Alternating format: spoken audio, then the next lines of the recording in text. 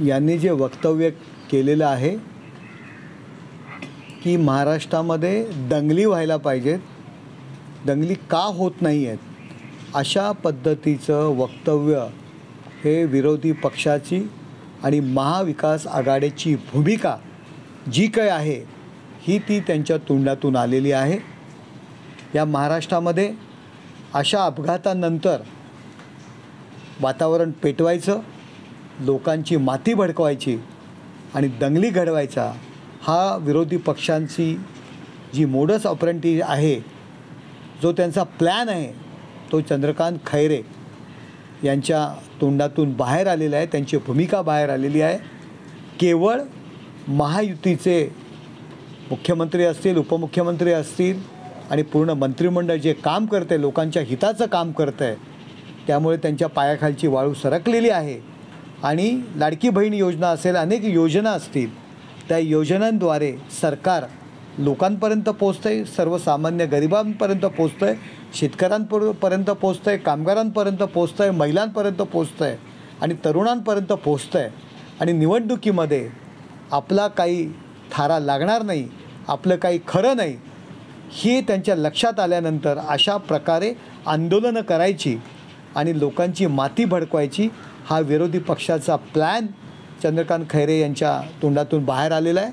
माझी गृहखात्याला विनंती आहे की चंद्रकांत खैरे यांना तात्काळ पोलिसांच्या ताब्यात घ्यावं आणि त्यांची चौकशी करावी की ते कशा बाबतीत का त्यांनी हे वक्तव्य केलेलं आहे आणि जोडो मारो आंदोलन हे कसलं करतायत। उद्धव ठाकरे आणि संजय राऊत काँग्रेसचे जोडे डोक्यावर घेऊन मुख्यमंत्रीपदी बसण्याकरता त्यांनी काँग्रेसचे जोडे डोक्यावर घेतलेले आहेत आणि महाराष्ट्रातून फिरत आहेत। त्यांना काय अधिकार आहे कोणाला जोडे मारण्याचा। आणि चंद्रकांत खैरे यांच्यावरती कारवाई होणं गरजेचं आहे। आम्हाला महाराष्ट्र दंगलमय नाही, आम्हाला महाराष्ट्र मंगलमय करायचं आहे। सणासुदीचे दिवस आहेत, मंगलमूर्ती गणपती बाप्पा या महाराष्ट्रात येणार आहेत, विराजमान होणार आहेत। त्यांची पूजा अर्चा, त्यांचं स्वागत करायचं सोडून ही मंडळी केवळ राजकारणापुरती, राजकारणामध्ये फायदा घेण्याकरता, स्वतःच्या स्वार्थाकरता महाराष्ट्रामध्ये वातावरण बिघडवण्याचं काम करत आहेत। पंतप्रधान, मुख्यमंत्री, उपमुख्यमंत्र्यांनी देखील माफी मागितलेली आहे, मात्र कुठेतरी सत्ताधाऱ्यांना कोंडीत पकडण्याचं काम हे चालू आहे। अहो, पंतप्रधान असतील, माननीय मुख्यमंत्री असतील, उपमुख्यमंत्री असतील, यांनी सदरच्या प्रकरणावरती खेद व्यक्त केलेला, माफी व्यक्त केलेली आहे। यापूर्वी आठवा असे अनेक प्रसंग शरद पवार असताना घडलेले आहेत, उद्धव ठाकरे असताना घडलेले आहेत, काँग्रेसचं सरकार असताना घडलेलं आहे। का नाही अजून माफी मागितली यांनी?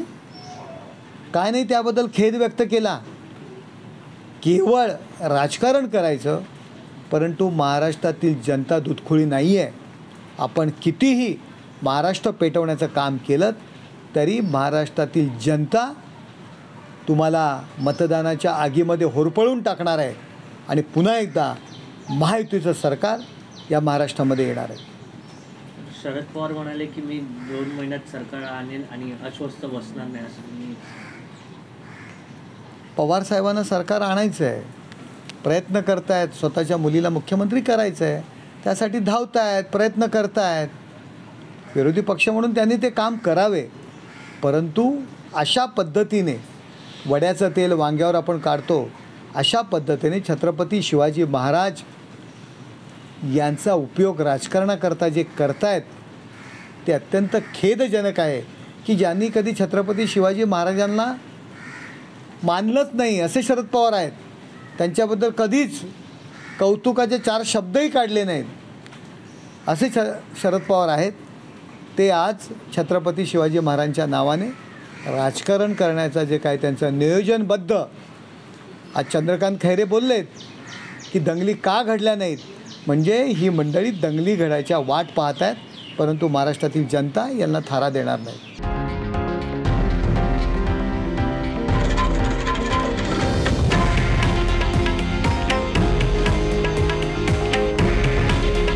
हे आहे देशातील नंबर 1 न्यूज नेटवर्क आणि आपण पाहत आहात TV9 मराठी।